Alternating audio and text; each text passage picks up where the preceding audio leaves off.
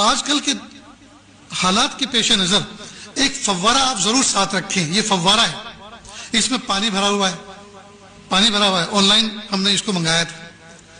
اس کا فائدہ یہ ہے کہ آدمی اگر حرم میں بیٹھا ہوا ہے اور اس کا وضو ٹوٹ گیا, اب اگر آپ حرم سے باہر نکل کر واپس جانا چاہیں تو یہ ممکن ہی نہیں, پولیس والے جانے نہیں دیتے, بھیڑ اتنی ہے.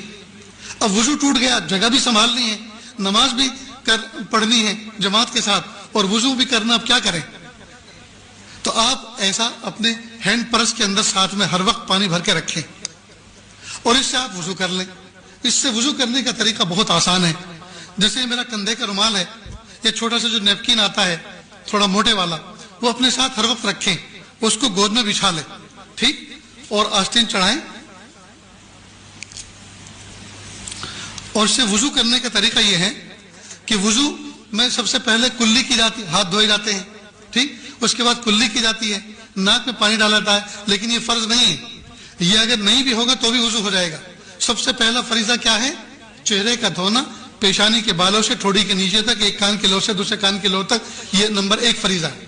لہذا اس کا ادا کرنے کا طریقہ یہ ہے کہ آپ ایسے کریں,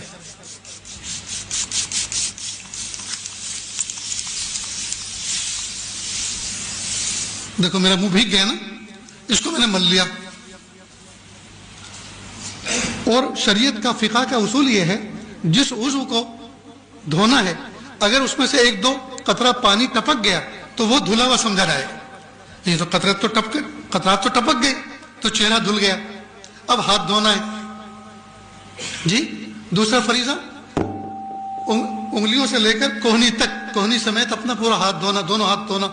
تو اس کا طریقہ یہ ہے کہ آپ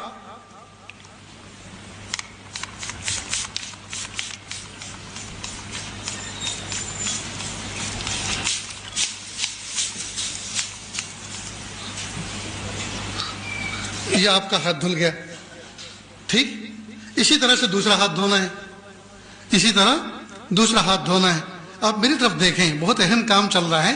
دروازہ کھولنا تو آپ نے یہ بچپن سے دیکھتے آئے, کھولتے بھی ہیں بند بھی کرتے. تم بھی کھڑے ہو یار, جو نہیں دیکھنے کا ہے وہ دیکھتے ہو, جو دیکھنا ہے اس کو نہیں دیکھتے.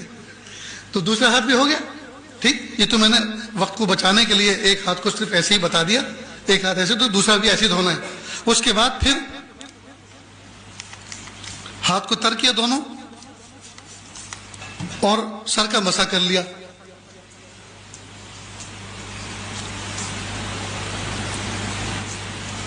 ہو گیا مسح.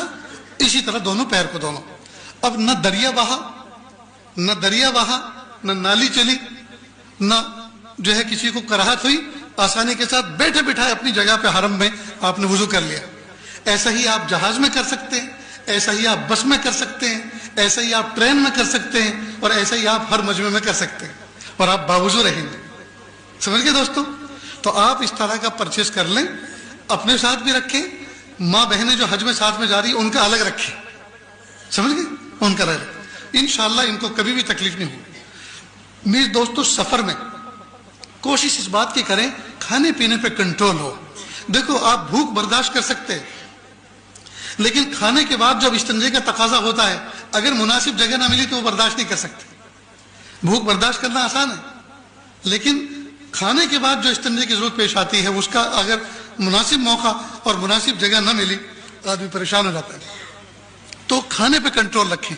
خاص طور سے حج کے 5 دنوں کے اندر کم سے کم کھائیں, تاکہ آپ کو زیادہ سے زیادہ ٹوائلٹ اور اس سے جو ہے آپ کی حفاظت ہو سکے, اور آپ کا وقت وہاں لائن لگانے میں نہ گزرے, بلکہ طاعت و اذکار, ذکر و اذکار میں گزرے. اتنی بات یاد رہے گی.